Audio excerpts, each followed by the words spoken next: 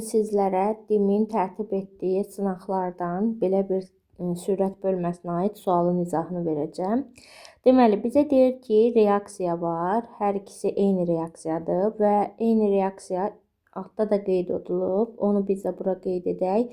2 dənə 2 x üstə gəlinsin y2 alınır 2 mol x2 y qazı.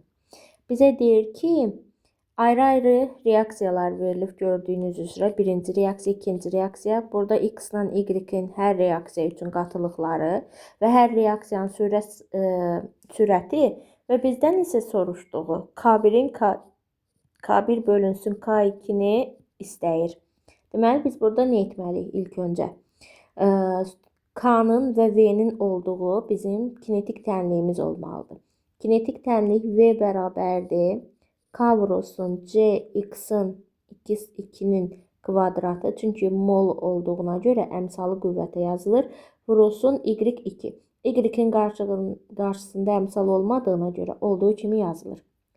Buradan K-yı tapası olsa K bərabərdir. V bölünsün Cx-in qatılığının kvadratı vurulsun Cy-in qatılığı. Bərabərdir. Buradan indi gəlin K1-i tapaq. Verilənlərə əsasən K1-də sürətimiz budur. 0,008 bölünsün 0,1-in kvadratı olmalıdır x-a. 0,1 vurulsun 0,2 isə y-in qatılığına verilib. Buradan ixtisarlarımız getsə K1 olacaq 0,4. Keçirəm K2-nin hesablanmasına. K2 üçün verilən reaksiyanın sürəti 0,036-dır. Bu zaman mən ikinci reaksiyada x-in qatılığı 0,3.